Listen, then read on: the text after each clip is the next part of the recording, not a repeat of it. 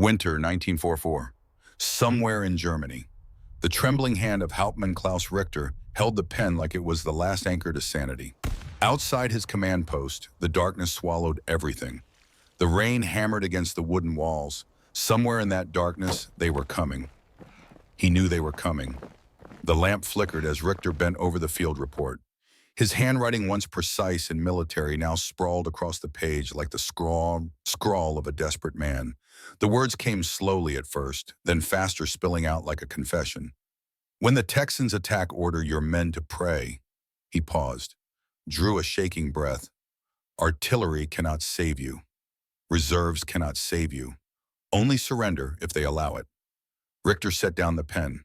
23 years old, a veteran of Russia, a holder of the Iron Cross, and now writing his own obituary in the form of a tactical assessment. The sound came then, distant, rhythmic, American boots on wet earth. They were here. 3 years earlier, Texas, December 7th, 1941. The radio crackled in the workshop where James Dalton stood elbow deep in an oil pump mechanism. The voice coming through the speaker didn't make sense at first. Pearl Harbor, Japanese aircraft, burning ships, dead Americans. Jim straightened slowly. Oil dripped from his fingers onto the concrete floor. He was 25 years old. He had a good job with the Houston Drilling Company. He had a girl he was planning to propose to. He had a future that looked like a straight line into comfortable obscurity. The radio kept talking. The numbers kept climbing. 2,000 dead, maybe more. Jim's older brother Tommy worked at Pearl Harbor, naval mechanic. Same hands-on approach to machinery that ran in the Dalton blood. The phone on the wall rang. Jim already knew what the voice on the other end would say. His mother voice hollow. Tommy's name on a list. Body never recovered. Jim hung up the phone, wiped his hands on a rag, looked at the oil pump he'd been fixing. It didn't matter anymore. Nothing mattered except one thing. He walked out of the workshop, left the door open, never came back. 60 miles south San Antonio. Bobby Hayes sat on his horse watching the sun paint the ranch in shades of gold. At 21, he already had the weathered look of a man who'd spent his whole life under the Texas sky. His father's ranch stretched out in every direction, an ocean of grass and cattle, an endless horizon. The foreman rode up fast. Radio news. The old man's face told Bobby everything before a single word came out. Bobby dismounted, led his horse to the stable, unsaddled her with the same careful attention he always used, hung the tack on its proper peg. Then he walked into the ranch house and told his father he was leaving. His father, a man of few words, nodded once. "You're a Hayes," was all he said. "Do what needs doing." Bobby packed a single bag. At dawn, and he was gone. El Paso. The same day, Michael Chen stood in front of the bathroom mirror, trying to see what everyone else saw. Chinese eyes, Chinese face, American heart. His father had come to America before he was born. Worked the railroads, saved every penny, opened a small restaurant that became a gathering place for the whole neighborhood. El Paso didn't care much about where you came from if you worked hard and treated people right. But Mike knew the truth. He'd always be proving himself, always be the outsider looking in. The news about Pearl Harbor changed something in him. This wasn't about proving anything anymore. This was about belonging to something bigger than himself, something that didn't care about the shape of your eyes. He was 22, small for his size, but his father had taught him to shoot when he was 8. By 12, Mike could hit a running jackrabbit at 200 yards. He walked into the recruiting office that afternoon. The sergeant looked at him with undisguised suspicion. "We're at war with Japan," the sergeant said slowly, like Mike might not understand English. "I know," Mike said.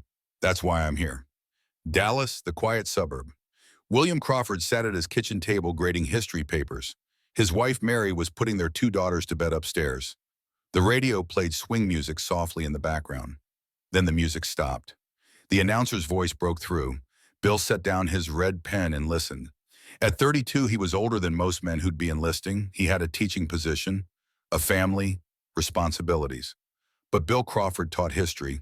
He taught about Valley Forge, about Gettysburg, about the Argonne Forest. He taught about men who'd faced the moment when history demanded an answer. Now history was asking him. Mary came downstairs, saw his face. She was a smart woman. She'd married a history teacher. She knew how this story went. When she asked, "Tomorrow," he said. She nodded. Didn't cry? Not yet. Fort Hood, March 1942. They called it an experiment. The Army didn't use that word officially, but everyone knew. One battalion, all volunteers, all from Texas, all handpicked for specific qualities that showed up in their recruitment files. Farm boys who could shoot, ranch hands who could ride, oil workers who understood machinery, city kids who could think on their feet. The theory was simple. The German blitzkrieg had shown that modern war rewarded aggression and initiative. The British commandos had proven that elite, highly trained units could punch above their weight. The Russians had demonstrated that soldiers fighting for their homeland fought with a ferocity that couldn't be manufactured. What if you could combine all three? What if you took men from a place that still remembered the frontier? Men who grew up with guns and horses and the kind of self-reliance that came from working land that wanted to kill you. Men who volunteered, who wanted to be there, who had personal reasons to fight. What if you trained them, not like regular infantry, but like something new? Something the enemy had never seen before. The brass decided to find out. They called it the 141st Infantry Battalion. On paper, it looked like any other unit. Same table of organization, same equipment allocations, same rank structure. But the men who started arriving at Fort Hood that spring were different. They could feel it themselves, the way they looked at each other, the way they moved, the quiet confidence that came from men who'd already proven themselves in other arenas. Jim Dalton showed up on a Tuesday. The sergeant processing him looked at his file. "Says here you were making good money in Houston. Oil industry." "Yes, sir." "Says your brother died at Pearl." "Yes, sir." The sergeant stamped the file. "Welcome to the 141st Son. Hope you brought your appetite for payback." Jim just nodded. He didn't need to explain. The sergeant understood. Bobby Hayes arrived the same week, refused to wear boots at first, showed up to formation in his riding boots. The drill sergeant, a hard-ass from Brooklyn, started to tear into him. Then Bobby demonstrated how fast he could assemble and field strip an M1 Garand, blindfolded, in under 40 seconds. The sergeant shut his mouth. Bobby kept his boots. Mike Chen's arrival caused a stir. The other recruits looked at him with suspicion. Whispers followed him. The sergeant called him into the office. "You're going to have problems," the sergeant said bluntly. "Men see your face, they see the enemy." "Then I'll make them see something else," Mike said. "How?" "Put me on the rifle range." Well, they did. Mike proceeded to outscore every man in the battalion. Targets at 300 yards, 500, 700. Didn't matter. Mike put bullets exactly where he aimed them. The whispers changed after that. Not gone, but different. Respect edged out suspicion. Lieutenant William Crawford came in last. He outranked most of the other men. The CO looked at his file with surprise. "You're a school teacher. You're 32. You have a family. Why aren't you taking a desk job?" Bill looked the colonel straight in the eye.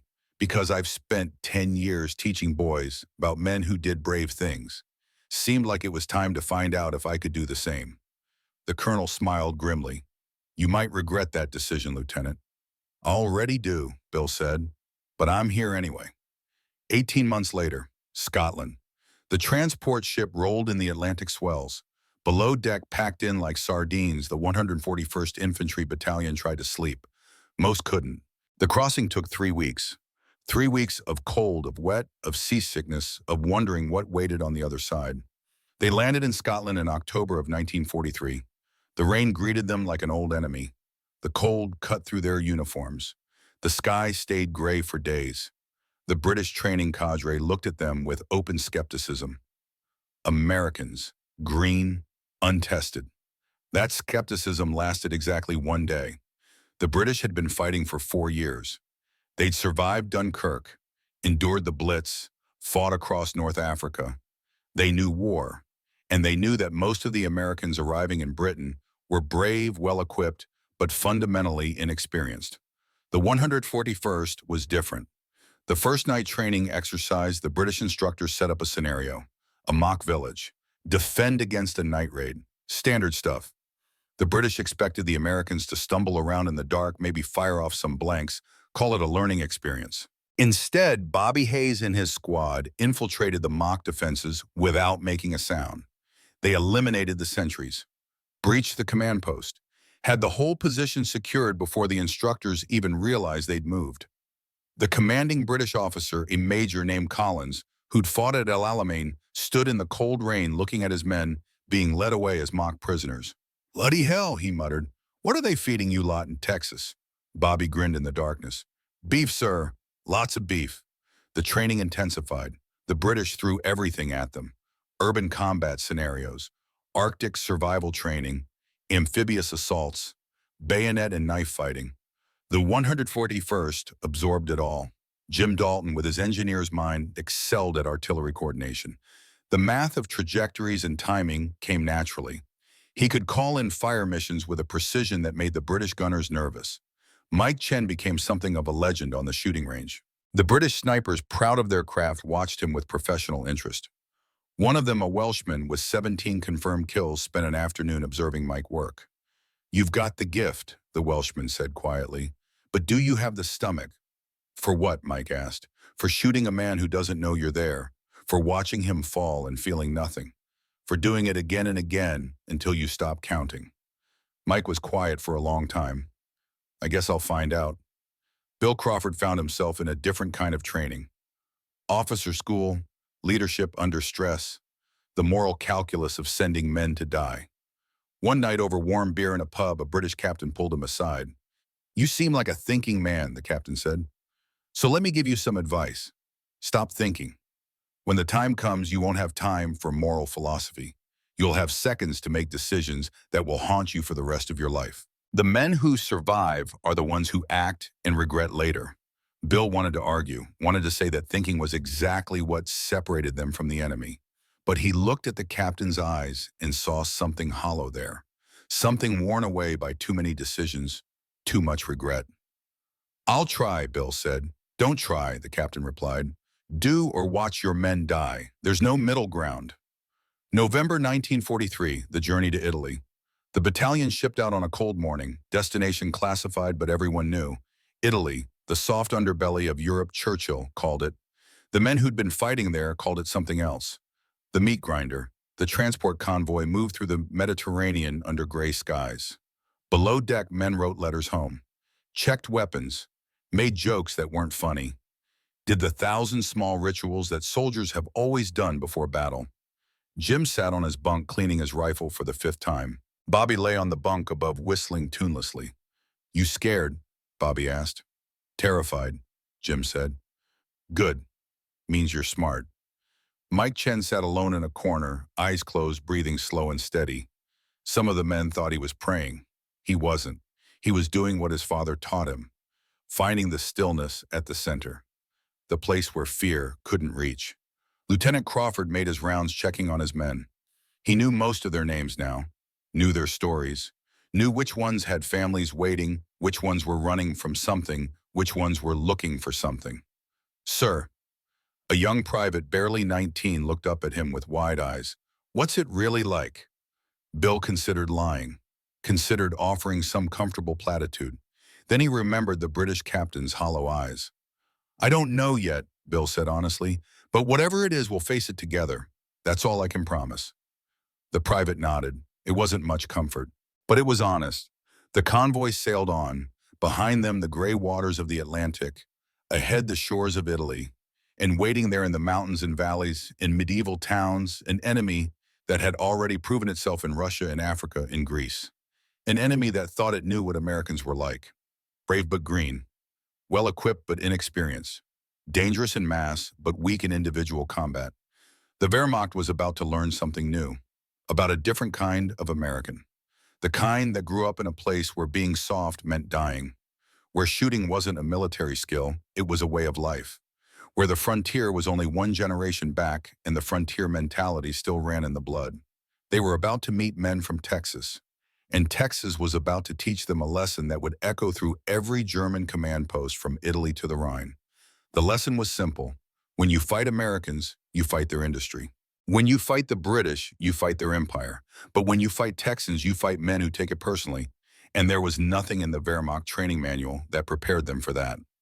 Landfall, November 15th, 1943. The landing craft hit the beach at dawn. The ramp dropped.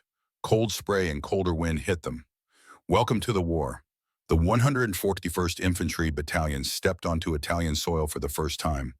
The beach was secured, no enemy fire. This wasn't D-Day. This was a reinforcement and arrival. The real war waited inland. Trucks took them through rain-soaked roads to the forward assembly area. They passed British units moving in the opposite direction, muddy, exhausted, the 1,000-yard stare. An older British sergeant, accent thick as fog, called out to them, "You boys, the reinforcements." "Yes, sir," Jim called back. "Good luck, mates. You're going to need it." The trucks rolled on. The land rose around them, mountains in the distance. And somewhere up there, dug into those mountains, waiting with the patience of predators, the German army. The 141st didn't know it yet, but they were heading toward a town called Montecchio, a small place. Medieval stone buildings, narrow streets, nothing special, except that the German paratroopers had turned it into a fortress, and the British had been bleeding against it for 3 days without progress. And the brass had decided to try something different. They'd decided to unleash the Texans. The briefing. November 16th, 1943. The officers gathered in a farmhouse that served as battalion headquarters. Maps spread across a wooden table. The British liaison officer, a major with a bandaged hand, pointed at the map. Montecchio, population 200 before the war. 0 now, civilians evacuated. The Germans moved in 2 weeks ago. Elite paratroopers, Fallschirmjäger. Best they have. He paused, lit a cigarette with his good hand. The town is a natural defensive position. Narrow approaches, stone buildings with thick walls, perfect fields of fire. We've tried 3 assaults, lost 200 men, gained nothing. Lieutenant Crawford studied the map. What's the strategic value? It controls the road to the valley beyond. We can't advance until we take it. We can't bypass it because they'll hit our supply lines. So we're stuck, Bill said. We were stuck, the major corrected. Until you arrived. Your orders are simple. Take Montecchio. Use whatever methods you deem necessary. The room fell quiet. Whatever methods necessary. That was a blank check written in blood. Jim Dalton spoke up. What about artillery support? You'll have a battery of 105s.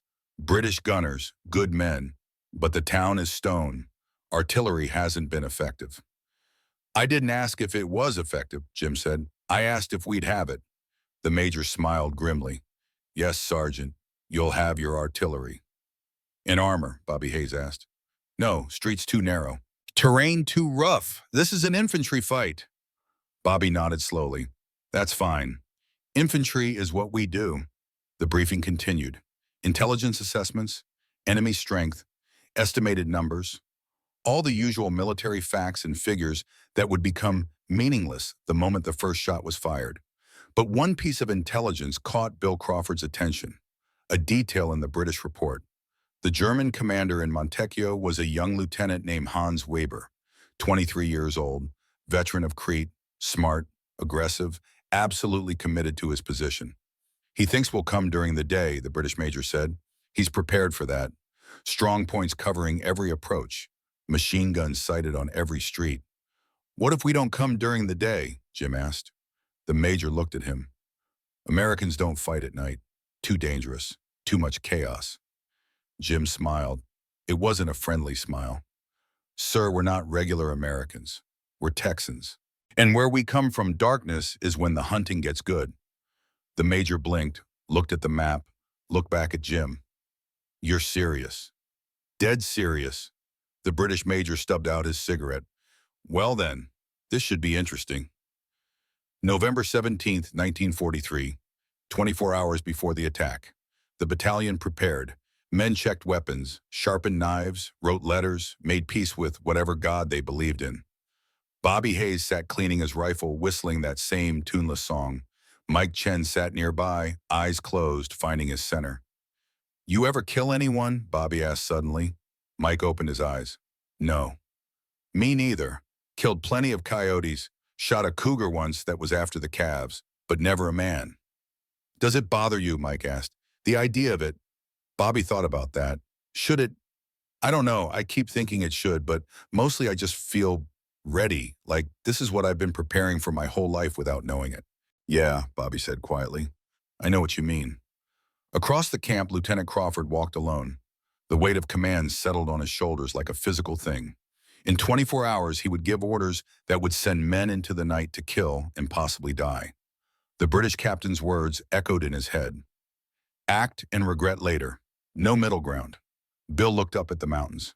Somewhere up there, a young German lieutenant named Weber was making his own preparations, positioning his men, setting his defenses, confident in his stone walls and his training and his certainty that Americans wouldn't attack at night. Weber was about to learn that certainty in war is the fastest way to die. The night comes. Darkness fell like a curtain. The temperature dropped. Rain began again, cold and persistent. Perfect conditions. Perfect for what they were about to do. The 141st Infantry Battalion, all 800 men, moved through the night like ghosts, no talking. Hand signals only. Bobby Hayes led his squad at the point. Behind him, Mike Chen moved like smoke. Behind them, the rest followed. They left behind everything that made noise. Canteens secured, dog tags taped, even bootlaces double knotted. Every man carried extra grenades. Every man had his knife within easy reach. Jim Dalton stayed back with the artillery observer. They'd be the anvil, the distant thunder that would drive the enemy toward the hammer. The hammer was Bobby and his boys, and they were about to fall. Up ahead in the darkness of Montecchio, Lieutenant Hans Weber stood in his command post, confident, prepared, waiting for dawn and the attack he knew would come. He had no idea that in less than an hour his whole world would explode in the darkness. No idea that the Americans he'd been told about, the green troops who relied on firepower and daylight, were at that moment less than 200 meters away, moving through the night, silent as death. With Texas fury in their hearts and blood in their eyes, the war was about to get personal. And for the German defenders of Montecchio, the nightmare was about to begin. Montecchio, 0200 hours, November 18th, 1943. The first German sentry died without making a sound. Bobby Hayes materialized from the darkness behind him, one hand over the mouth, the knife finding the gap between helmet and collar. A brief struggle, then stillness. Bobby lowered the body silently, wiped the blade on the dead man's uniform, moved forward. This was the moment, the threshold, the line between the man who'd ridden horses across Texas rangeland and the man who killed in the darkness. Bobby had wondered if he'd feel different, if something inside him would break or change or scream. Instead, he felt nothing, just the rain on his face, the weight of the rifle, the next target ahead. Maybe that should have scared him. It didn't. The squad moved deeper into Montecchio. Stone buildings rose around them like the walls of a tomb. Every window was a potential death, every doorway a trap. But the Germans weren't watching. They were sleeping, confident in their defenses, certain that Americans wouldn't come in the night. That certainty was killing them. Mike Chen crouched on a rooftop, invisible in the shadows. His rifle tracked movement in a second-story window. A German soldier awake smoking a cigarette. The glow of the ember was enough. Mike's finger tightened on the trigger. The suppressed shot was quieter than the rain. The German fell back into the room. No cry, no alarm, just another ghost in a town filling with ghosts. 3 blocks away, Jim Dalton whispered coordinates into a radio. The British artillery observer beside him scribbled notes. They were walking a tightrope. Too much fire and they'd hit their own men. Too little and the Germans would have room to maneuver. Jim's calculations had to be perfect. The math had to work, because Bobby and the others were depending on him. The explosion came at 02:15, not artillery, grenades. Bobby's squad hitting a German strongpoint. The night lit up with muzzle flashes. The sleeping town jerked awake, and then the real killing began. The fury. What happened in Montecchio over the next 6 hours would be analyzed in military academies for decades. The British would call it innovative. The Germans would call it terrifying. The men who lived through it would call it hell. Bobby's squad moved through the buildings like termites through wood. When they hit resistance, they didn't retreat. They blasted holes through walls, threw grenades into the rooms beyond, followed the explosions with rifle fire and knives. The Germans fought back desperately. These were elite paratroopers.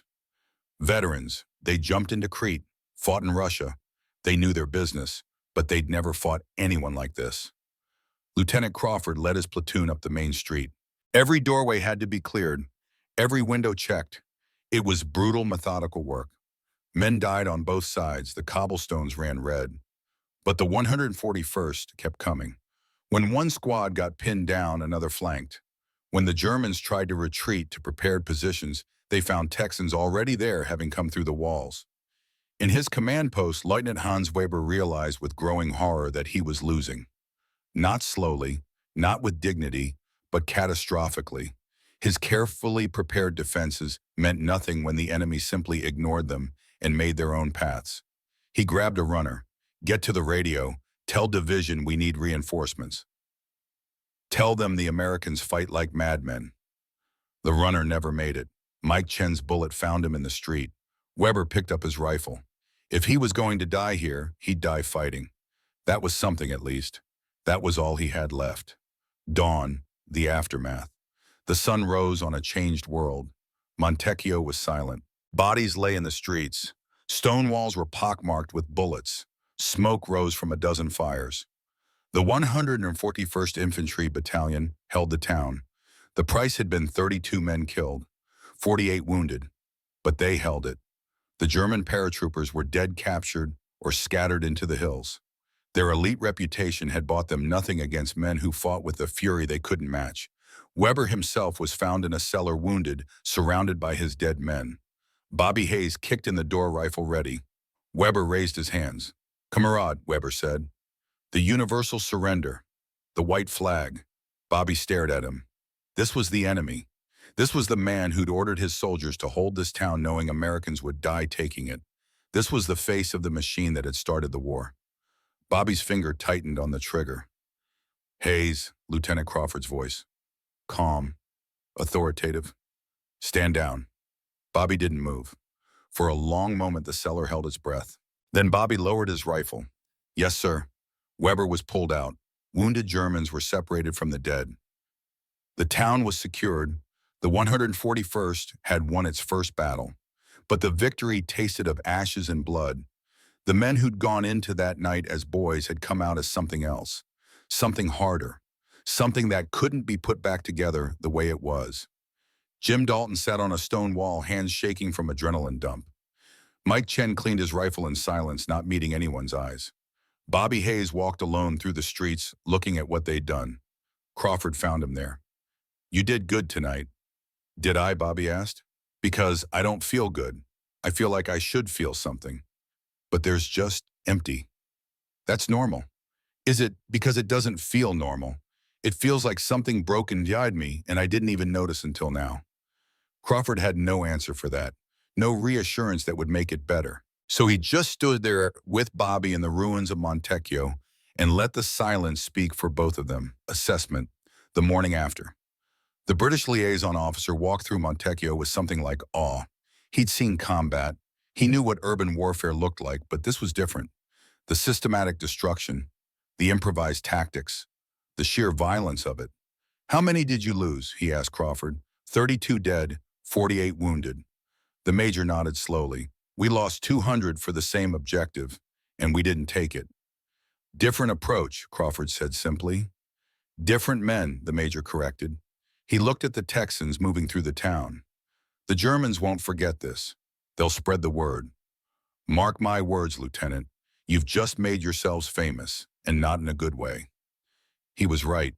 Even as they spoke, Hans Weber was being loaded into a truck for transport to a POW camp. But before he went, he was allowed to write a report. German efficiency even in defeat. That report would make its way up the chain of command, would be analyzed at division headquarters, would eventually reach the intelligence offices in Berlin, and from there it would spread. The Americans who fight like demons, the Texans who come in the night, the battalion without mercy. The 141st had announced themselves, and the Wehrmacht was listening. 6 months later, June 1944, Normandy. The English Channel was behind them now. The beaches were secured. But ahead lay the hedgerows, bocage country, every field a fortress, every hedge a wall of earth and roots 8 feet high.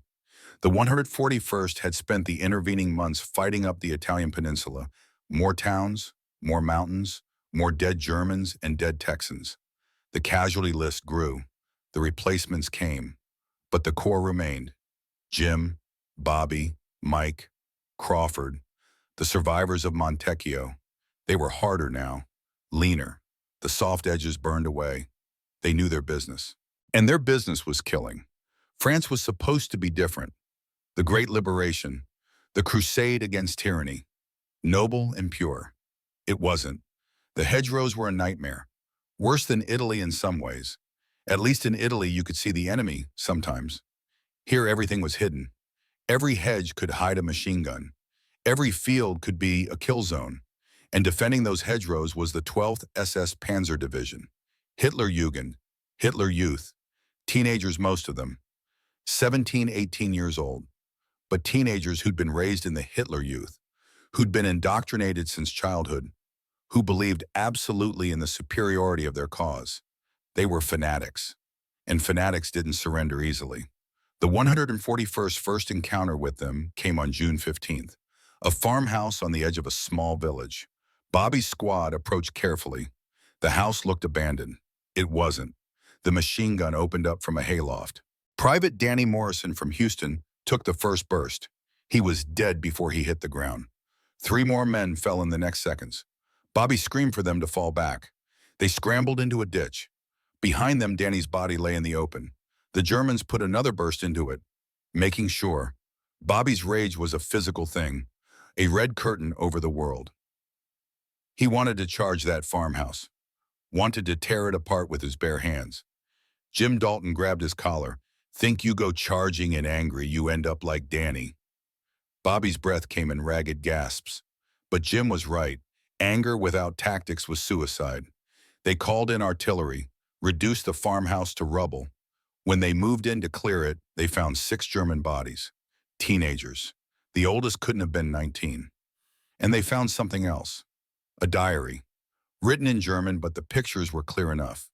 The young SS trooper had documented executions, Canadian prisoners, hands bound, shot in the back of the head.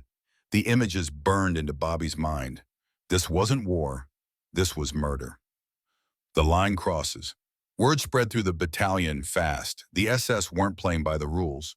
Prisoners were being executed. Wounded were being finished off. The Geneva Convention was a joke to them. That night the officers gathered. Crawford looked at the diary, looked at his men, saw the fury there. "We're better than this," he said. "We have to be." "Why?" Bobby asked. "Why do we have to play by rules they're ignoring? Because if we don't, we become them. Or," Jim Dalton said quietly, "we become what's necessary to beat them." The argument went in circles. Moral philosophy in a war zone. The right thing versus the effective thing. Crawford's education versus the hard reality of dead friends. In the end, Crawford made his decision. We take prisoners when they surrender. We treat wounded.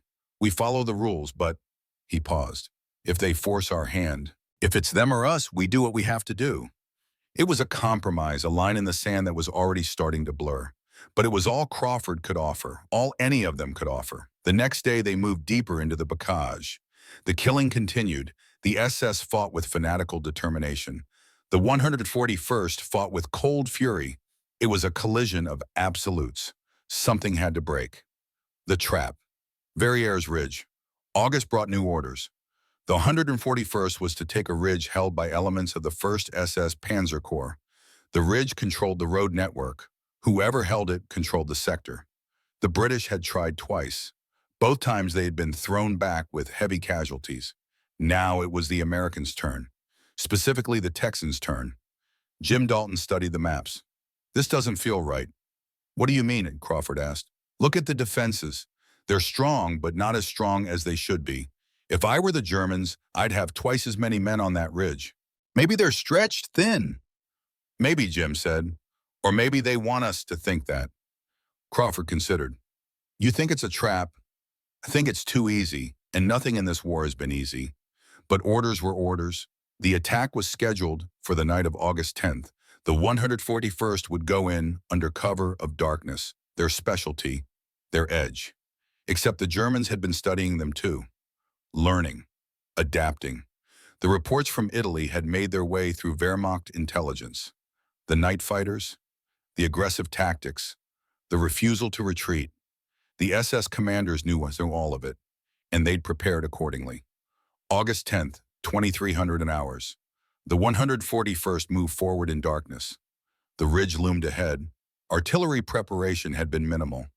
They were relying on surprise, on speed, on the shock of sudden violence in the night. The first objectives fell easily, too easily. German positions taken with minimal resistance. A few scattered defenders. Nothing like what they'd expected.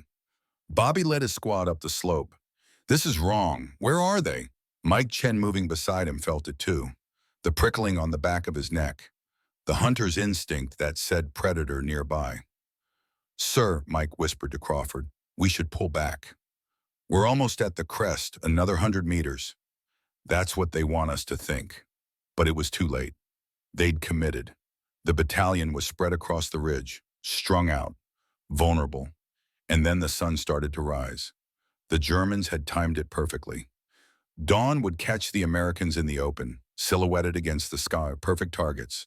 Crawford realized the trap in the same moment the first Tiger tank engine roared to life. Contact armor. The ridgeline exploded with fire, not from the crest, from the reverse slope. Hidden positions, the Tigers they had heard about but never faced. Massive, unstoppable. Their 88mm guns turning men into pink mist. Behind the tanks came the SS infantry, fresh troops, not the scattered defenders they'd been fighting. A full counterattack. The famous German Gegenstoß, the counterpunch that had shattered so many Allied attacks. The 141st was caught, exactly where the Germans wanted them, exactly when they were most vulnerable. The choice, Crawford's radio crackled. British command. Pull back, repeat, pull back to previous positions. The smart move, the tactical move. Live to fight another day. But Crawford looked at his men, saw them fighting desperately, saw them dying, saw them holding against impossible odds because that's what Texans did. If they retreated now, the SS would pursue, would cut them down as they ran. The casualties would be catastrophic. But if they stayed, the casualties would be just as bad. Maybe worse. Crawford made his decision. All units, hold your ground. I repeat, hold your ground. Jim Dalton heard the order, looked at the Tigers grinding toward his position, did the math. Artillery couldn't stop tanks, not these tanks, but it could stop the infantry following them. Jim grabbed the radio, started calling coordinates. Danger close, within 50 yards of friendly positions. The kind of fire mission that could kill your own men as easily as the enemy. The British artillery officer on the other end hesitated. Confirm those coordinates. You're calling it on your own position. I know what I'm doing. Fire the mission. On your head, yank. The shells came screaming in. The world became fire and thunder and flying earth. Men on both sides died, but more Germans than Americans. The SS advance staggered. Bobby's squad was down to 5 men, out of ammunition, down to knives and grenades and pure spite. An SS squad came at them through the smoke. What followed wasn't combat, it was butchery, hand to hand, bayonets and rifle butts and boots and fists. Bobby killed 3 men in 30 seconds, lost 2 of his own, took a knife wound to the ribs that he didn't even feel. When it was over, he stood alone among the bodies. His squad gone, dead or wounded, and still the Tigers came. Mike Chen had found a position with a clear field of fire. Tank commanders were vulnerable. They had to expose themselves to sea, to direct their vehicles. Mike started picking them off, one by one. Precision shots at 400 meters. The Tigers started to button up, blind, unable to maneuver effectively without commanders.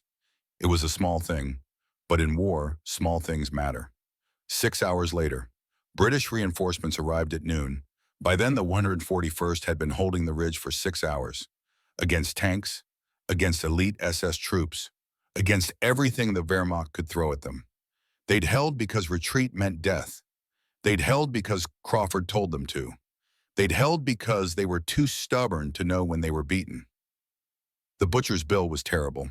Out of 800 men, 300 were casualties. Dead or wounded, 40% of the battalion gone in one morning, but they'd held the ridge. And in holding it, they'd broken something in the SS troops who'd attacked them. The confident expectation of victory. The certainty that their trap would work, the belief that Americans would break and run. The 141st hadn't broken, hadn't run, had stood and bled and died and held. Crawford sat among the wounded, his own arm in a sling from shrapnel. He looked at the faces of the men who remained, saw the quotes, saw what they'd become. Bobby Hayes covered in blood, most of it not his own. Mike Chen face blank with exhaustion and something darker. Jim Dalton, hands still shaking from calling artillery on his own position. These were not the men who'd left Texas 2 years ago. Those men were gone, buried in Italian dirt and French soil. What remained were specialists in violence, artists of destruction. And the Germans knew it now. Absolutely, without question. The captured SS officer said it best. Interrogated in the aid station, wounded, defeated, he looked at his captors with something like awe. "We threw everything at you, everything. You should have broken. Any normal troops would have broken. But you stayed. You fought like devils, like men possessed." He paused, struggled for the right words in English. "We knew when we were fighting Canadians the fighting was harder. But you are worse. You do not fight for ground. You fight for blood. There is no mercy in you." Crawford wanted to argue, wanted to say they were civilized soldiers fighting a just war. But he looked at Bobby's knife still crusted with German blood, looked at Mike's emotionless face, looked at Jim's hollow eyes. The SS officer was right. They'd crossed a line somewhere between Montecchio and this blood-soaked ridge, crossed it so gradually they hadn't noticed. Until now.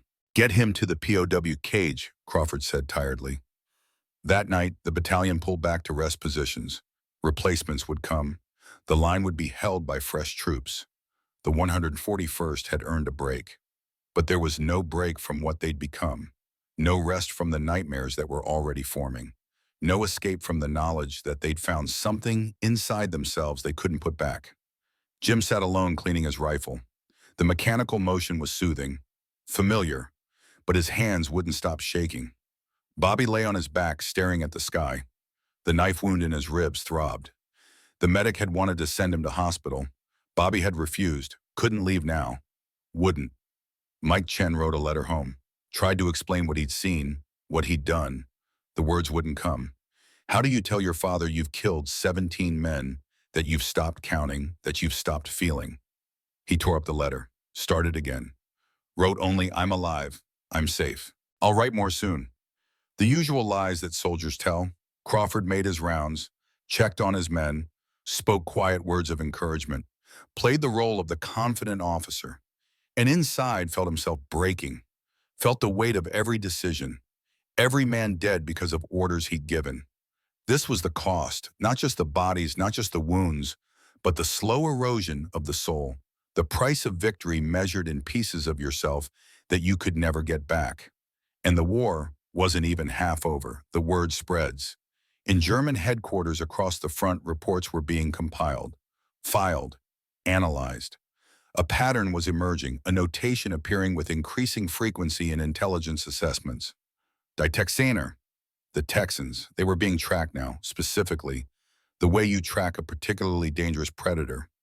Units were warned when they were in sector. Commanders were briefed on their tactics. Defensive positions were reinforced when intelligence suggested they might be the target. The Wehrmacht had faced the British Empire's best, had fought the Soviets in the frozen hell of the Eastern Front, had tangled with American units across North Africa and Italy. But the 141st Infantry Battalion occupied a special place in their threat assessment, a unique category, not just dangerous, not just effective, but terrifying in a way that went beyond tactics and firepower. They fought like men who'd made peace with death, who'd traded mercy for momentum, who'd decided that the only way home was through an ocean of enemy blood.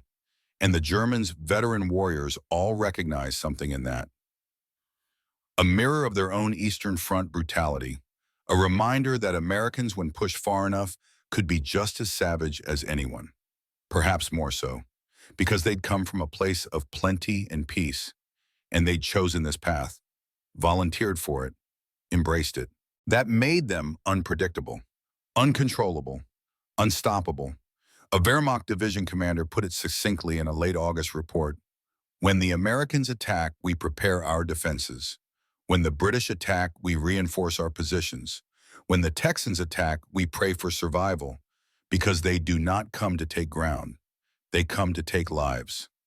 The report made its way to Hauptmann Klaus Richter, still alive, still fighting, still writing his observations.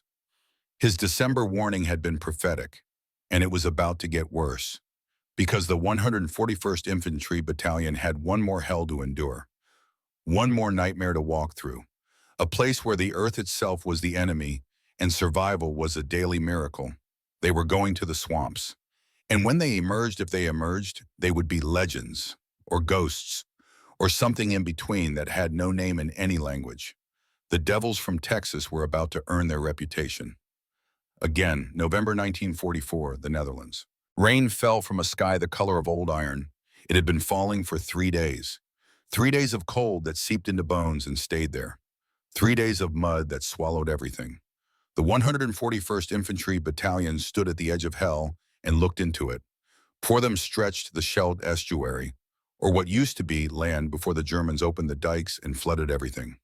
Now it was an ocean of freezing water waist deep in places over a man's head and others. And somewhere out there, hidden in that liquid nightmare, the Wehrmacht waited. The British commanders had looked at the terrain and declared it impossible. Armor couldn't operate. Artillery couldn't support effectively. Any infantry assault would be suicide. They were probably right. Lieutenant Crawford, now captain after Verrières Ridge, studied the maps with eyes that had seen too much. His arm had healed from the shrapnel wound. His soul had not. None of theirs had. They need the port of Antwerp, the briefing officer explained. Can't get supplies without it. Can't advance without supplies. The Germans know this. They've fortified every approach. Through a swamp, Jim Dalton said flatly. He'd made sergeant first class after the Ridge. The promotion felt like a punishment. More responsibility. More men to watch die. Through a swamp, the officer confirmed. We're asking you because no one else can do it. Bobby Hayes laughed. It was not a pleasant sound. You're asking us because no one else will do it. The officer didn't argue. He couldn't. It was true. Mike Chen, now a corporal with a sniper's reputation that preceded him, studied the aerial photographs. Water. Mud. More water. A few dikes rising like dragons' backs above the flood. Perfect fields of fire for defenders. Perfect killing zones for anyone attacking. When do we move? Mike asked quietly. Tomorrow night.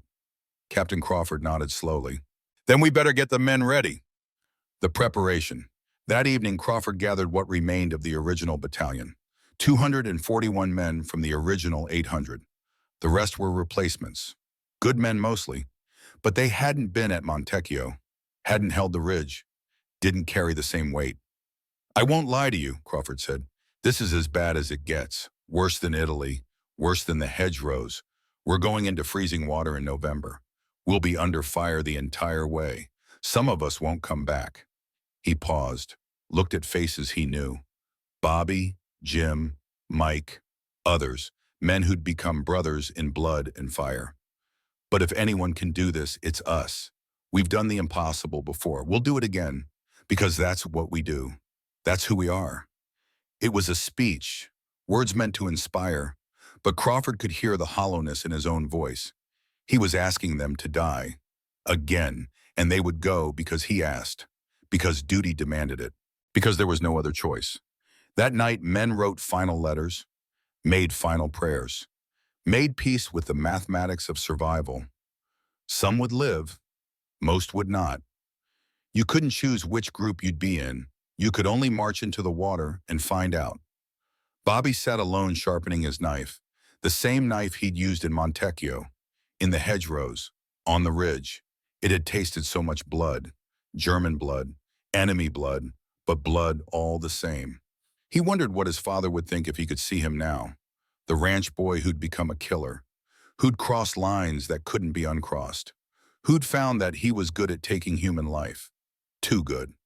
Jim wrote to his mother, told her he was fine, told her the war was going well, told her all the comfortable lies that soldiers tell, didn't tell her about the nightmares, about the faces of the dead that visited him every time he closed his eyes, about the way his hands shook unless he was holding a weapon.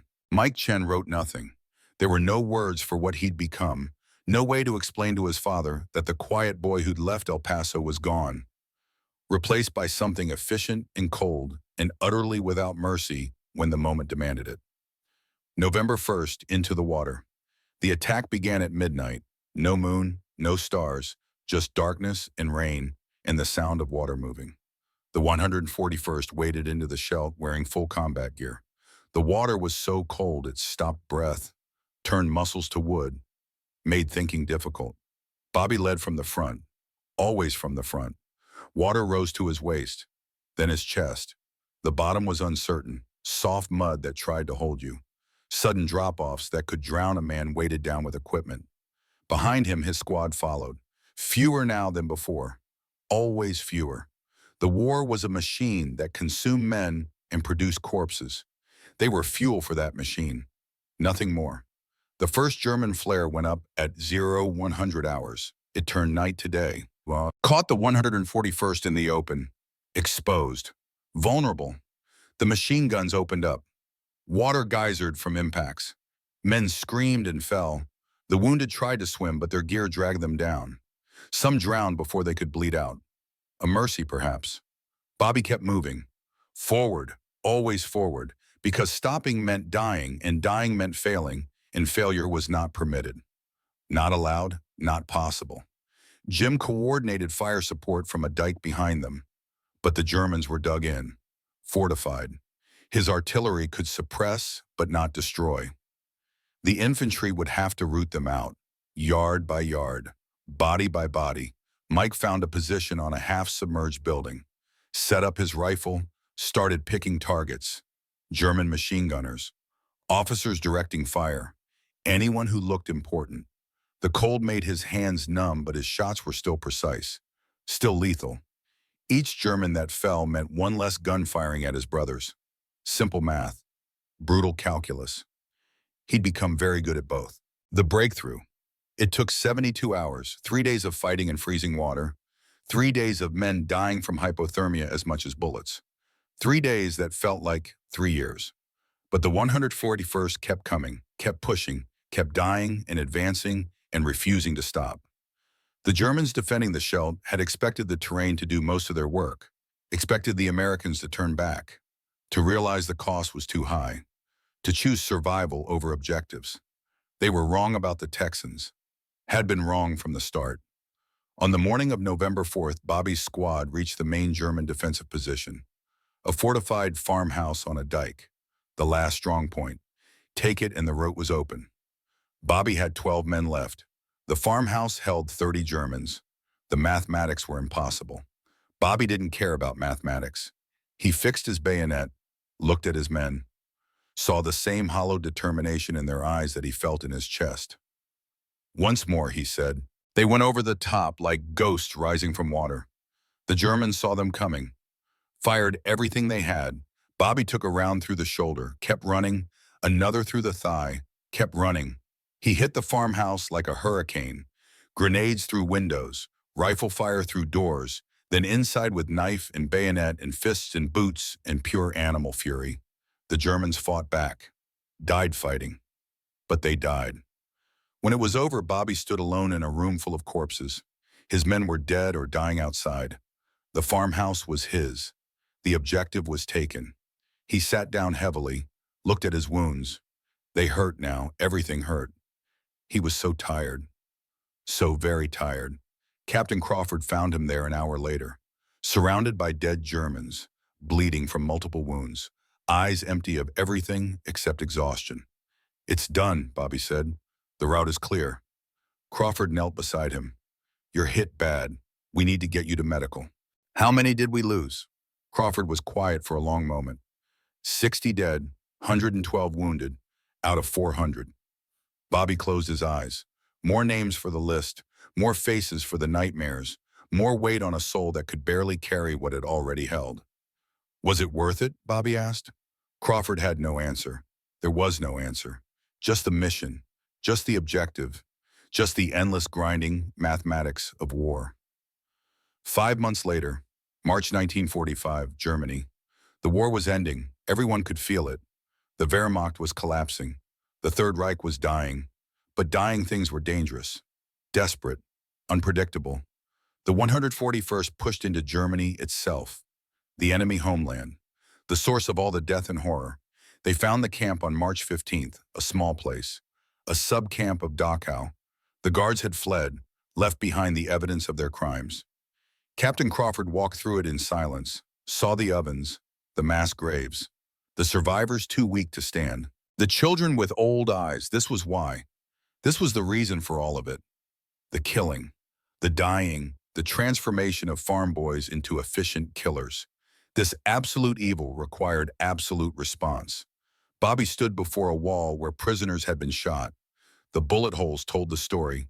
Hands bound, shot from behind, executed for the crime of existing. Something broke in Bobby then. Or maybe it had been broken for a long time and he was only now noticing. He thought of all the Germans he'd killed. Wondered if he'd killed enough. Wondered if killing could ever be enough to balance this. Mike Chen found children in one of the barracks, starving, terrified. He gave them his rations, spoke to them gently in a voice he hadn't used in 2 years, tried to remember what kindness felt like. Jim Dalton sat outside the camp and vomited. Not from the smell, though that was terrible, but from the realization of what they'd been fighting, the magnitude of the evil, the necessity of every brutal thing they'd done. That night, the officers gathered. Crawford looked at his men, saw the validation in their eyes, and the horror, both at once, inseparable. "We did the right thing," Crawford said. "Whatever we had to become, whatever we had to do, it was necessary. This proves it." But the words felt hollow even as he spoke them, because necessary didn't mean clean, didn't mean without cost, didn't mean they could ever go back to who they were before. April 28th, 1945. The surrender. The SS unit appeared under a white flag at dawn. 30 men, elite troops from the 12th Panzer Division, the fanatics who'd fought them in the hedgerows. They wanted to surrender, specifically to the 141st. Word had spread that the Texans, for all their fury, honored the rules when surrender was genuine. The German officer leading them was a lieutenant, young, hard-eyed. He'd been in the East, had seen things that left marks on the soul. But it was the man behind him that made Bobby's blood freeze. Lieutenant Hans Weber, from Montecchio, from the first battle. Older now, worn, but alive. Recognition was mutual. Weber's eyes widened. He knew Bobby. Knew this was the man who'd spared him in that cellar 2 years ago. Knew this was also the man who'd killed his way across Europe with methodical fury. Bobby's hand went to his sidearm. The officers saw it. Crawford stepped forward. "Stand down, Hayes." "He was there," Bobby said quietly. "At the executions, Canadians. I saw the reports, his signature." Crawford looked at Weber, saw the truth in his eyes, the guilt that couldn't be hidden. "Is this true?" Crawford asked in German. Weber met his gaze. "Didn't lie. Couldn't lie. Not now, not at the end. Yes, following orders. Not an excuse, just the truth." Bobby drew his weapon, a Colt 1911, 7 rounds, more than enough. "Bobby," Jim said quietly, "don't. Why not? He executed prisoners. He deserves the same way." "Because we're not them," Crawford said. "That's the only thing we have left. The only thing that makes us different." Bobby stood there, weapon drawn, facing the man who represented everything he'd fought against. The easy thing would be to pull the trigger. No one would question it. No one would care. One more dead German, one more justified killing. But Crawford's words echoed. "We're not them. The only thing that makes us different." Bobby had killed so many, had become so efficient at death, had crossed so many lines. But this line, this final line, was different. This was murder, not combat, execution, not battle. If he crossed it, nothing would remain. No difference between him and the men in SS uniforms. Just killers killing. Blood for blood until the world drowned in it. Bobby's hands shook. The pistol wavered. Then slowly, so slowly, he lowered it. "Take him to the POW cage," Bobby said. His voice was dead, empty. "Let the tribunals handle it. I'm done killing." Weber was led away. The other Germans followed. Bobby stood there, weapon at his side, shaking. Jim put a hand on his shoulder. "You did the right thing." "Did I?" Bobby asked. "Because it doesn't feel right. It feels like I let him win. Let them all win." "No," Crawford said. You proved we're still human, still capable of mercy even after everything. That's not losing. That's the only victory that matters. May 8th, 1945. Victory in Europe. The war ended on a Tuesday. Church bells rang across the continent. People danced in the streets. Soldiers wept with relief. The 141st Infantry Battalion gathered in a field in Germany. 241 men had survived. Of the original 863 remained. The rest were dead wounded beyond return or so broken they'd been sent home. Captain Crawford stood before them, tried to find words for this moment, the end of the crusade, the completion of the mission, the victory they'd bled for. "We did it," he said simply. "We won." But the words felt strange, hollow, because victory looked like this: exhausted men with haunted eyes, bodies buried across 2 continents, souls carrying weights that would never lighten. They'd won, but the cost had been everything. Every piece of innocence, every fragment of the boys they'd been, all of it burned away in the fires of war. That night, Bobby sat alone under the stars, the same stars that shone over Texas, over the ranch he'd left a lifetime ago. He wondered if he'd recognize home when he saw it, wondered if home would recognize him. Mike Chen cleaned his rifle one last time, wondered how many men he'd killed. He'd stopped counting at 50. Didn't matter anyway. Each one was a weight. Each one was a ghost. The number didn't change that. Jim Dalton wrote in a journal he'd kept since Italy, tried to make sense of it all. The killing, the dying, the necessity of evil to defeat evil. The words wouldn't come. Some things couldn't be explained, only endured. Crawford walked among his men, his brothers, the survivors. He'd led them through hell, watched them transform from volunteers into weapons, from citizens into soldiers, from soldiers into something harder and colder and infinitely more deadly. Had he done right by them? He didn't know, couldn't know. They'd survived, they'd won. But at what cost to their souls? 1945. Homecoming. The ship docked in New York on a gray morning. The Statue of Liberty rose from the harbor. Welcome home, land of the free, home of the brave. The 141st disembarked in silence. No bands played, no crowds cheered. The war in the Pacific still raged. The celebration would wait. They took trains south and west, toward Texas, toward home, toward lives they'd left behind and could never fully return to. Bobby got off the train in San Antonio. His father waited on the platform, older now, gray in his hair, but standing straight, proud. They looked at each other across the distance, father and son, rancher and soldier, past and present. His father saw it immediately, the change, the hardness, the shadows in his son's eyes. He'd seen those same shadows in men who came back from the first war, knew what they meant, they embraced. His father held him tight. "Welcome home, son." Bobby tried to say something, anything, but the words wouldn't come, just tears. The first he'd cried since Montecchio, the dam breaking, all the death and horror and loss pouring out. His father held him while he shook, didn't ask questions, didn't demand explanations, just held his boy and let him grieve for everything he'd lost, everything he'd become. Mike Chen returned to El Paso. His father's restaurant was exactly as he'd left it. The same smells, the same sounds, the same normalcy that felt utterly alien now. His father looked at him, saw the silver star on his uniform, saw the pain in his eyes, saw the cost of that medal. "You did good," his father said in Chinese. Mike nodded, couldn't explain that doing good had required doing terrible things, that the medal represented kill counts and body piles and the systematic application of death. He would work in the restaurant, would serve the community, would try to prove in peace what he'd proven in war, that he belonged, that he was American, that the shape of his eyes didn't define the content of his heart. Jim Dalton came home to Houston, to his mother, to the girl he'd planned to marry before Pearl Harbor.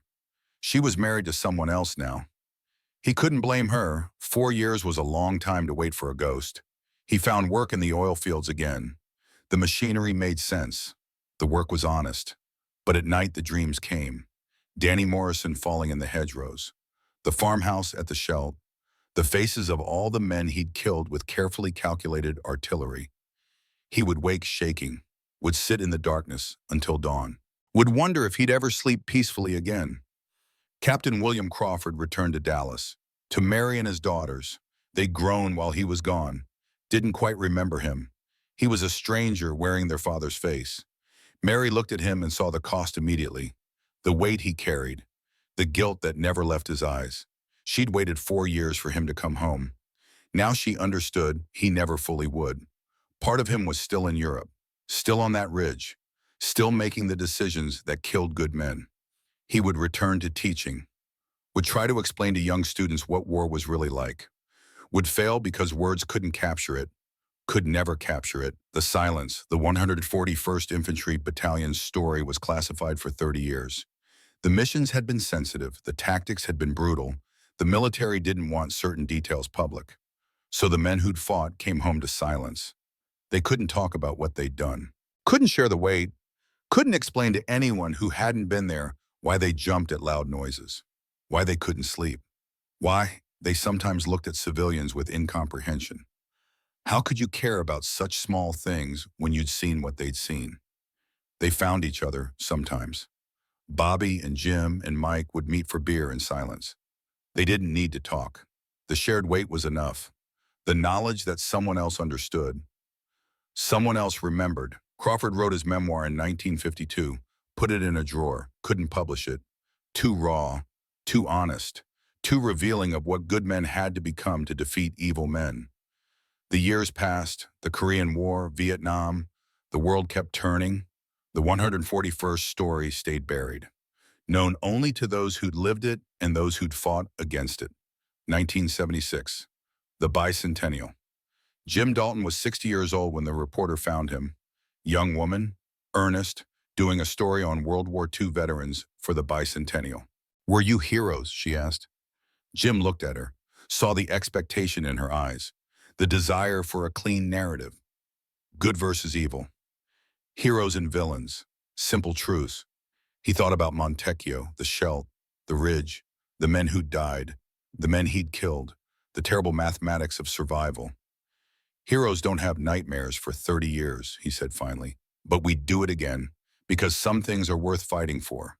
Freedom, dignity, the chance for everyone to live without fear. We paid a price for that.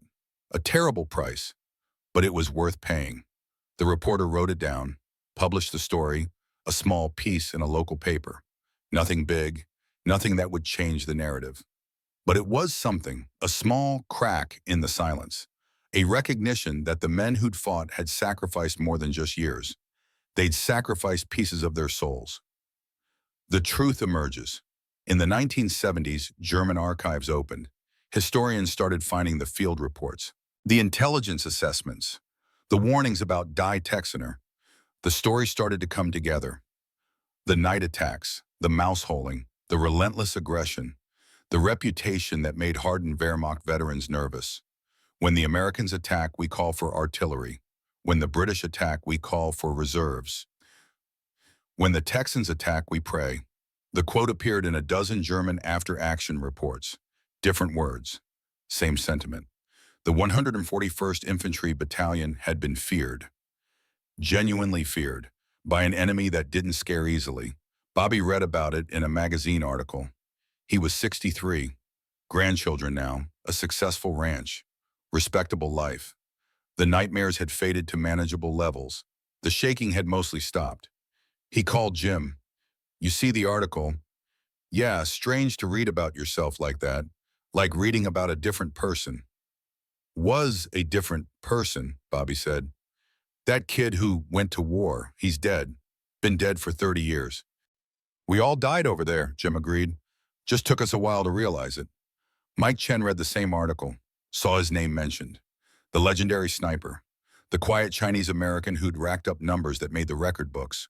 He thought about the men he'd killed, the faces he'd seen through his scope, the lives he'd ended with precise applications of lead and physics. Had it mattered in the grand scheme, or were they all just pieces in a machine too big to comprehend? He didn't know, would never know, could only live with what he'd done and try to find meaning in the aftermath. The final reflection. Crawford died in 1982. Heart attack, quick. A mercy, perhaps. His last words to Mary were an apology. For leaving, for coming back different, for the weight he'd carried and couldn't share. At his funeral, the survivors gathered, 60 of them still alive. Old men now, gray and worn and carrying weights invisible to everyone else.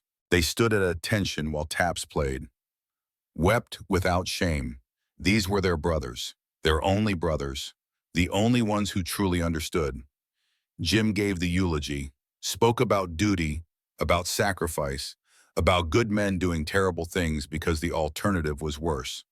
Crawford led us through hell, Jim said, made decisions no man should have to make, carried guilt no soul should carry, but he never wavered, never broke, never stopped being the man we needed him to be. We owe him everything. The country owes him everything, even if they never know his name. Bobby stood at the grave after everyone left, looked at the headstone, Captain William Crawford, 1912 to 1982, beloved husband and father. The words said nothing about what he'd really been. The warrior, the leader, the man who'd transformed boys into killers and somehow kept them human. Mike placed a stone on the grave, an old tradition. We remember, we honor, we carry you with us. The legacy.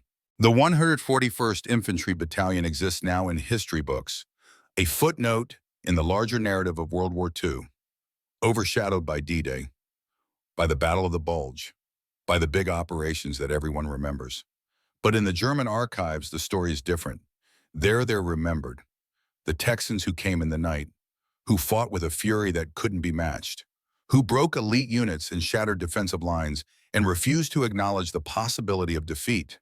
They were not the biggest American unit, not the most famous, not the most decorated, but for 18 months in hell, they were the most feared, and that fear was earned in blood and fire and the systematic application of violence, in the transformation of ordinary men into extraordinary killers, in the terrible price they paid for victory. Bobby died in 1998, ranch accident. He was 81. His last words were to his grandson. Don't ever think war is glorious. It's necessary sometimes, worth fighting sometimes, but never glorious. Remember that. Mike lived to see the new millennium, died peacefully in 2003, surrounded by family. The restaurant he'd built was a community institution, proof that he'd belonged, that he'd mattered, that he was more than the weapon he'd become. Jim was the last, died in 2007 at 91. He'd outlived his nightmares, outlived his guilt, outlived everyone who'd understood. At his funeral, a young soldier in dress uniform stood at attention. Great-grandson, heading to Iraq, following the family tradition. Jim's daughter pulled the soldier aside after, gave him her father's journal, the one he'd kept since Italy, the one he'd finally allowed to be read. Learn from this, she said. Learn what it costs, what it really costs, then decide if it's worth paying. The final truth. The men of the 141st Infantry Battalion were not heroes in the Hollywood sense. They didn't ride off into sunsets, didn't emerge unscathed, didn't get the happy endings. They were ordinary Americans who became extraordinary killers because the moment demanded it, who found reserves of courage and brutality they didn't know they possessed, who crossed lines they couldn't uncross and paid prices they couldn't calculate. They won the war, defeated evil, saved the world from tyranny, did all the things that history celebrates, but they also lost themselves in the process, became something other than what they'd been, traded innocence for effectiveness, traded mercy for momentum, traded pieces of their souls for strategic objectives, and they did it anyway, because someone had to, because the alternative was unthinkable, because when evil is absolute, the response must be total. That was their legacy, not glory, not fame, but the terrible knowledge that victory sometimes requires becoming what you fight, that defeating monsters sometimes means becoming monstrous, that saving the world sometimes costs everything you are. The German soldier who wrote those final words in December 1944 understood it.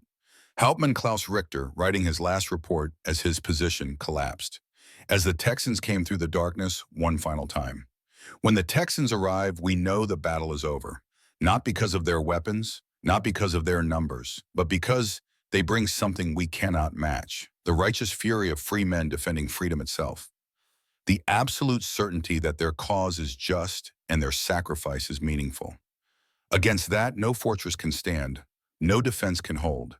We can only pray for mercy and pray that they remember in their moment of victory what it means to be human. The 141st remembered, barely, at great cost. But they remembered, and in remembering they proved that even in war's darkest moments, even after crossing every line and breaking every rule, humanity could survive. That was their real victory, not the ground taken, not the enemy defeated, but the humanity preserved. The choice for mercy when vengeance would have been easier. The decision to remain men even after becoming weapons. They were the battalion hell feared most, not because they were cruel, but because they were unstoppable. Not because they lacked mercy, but because they offered it only when the fighting was done. Not because they were monsters, but because they refused to let monsters win. And that made all the difference.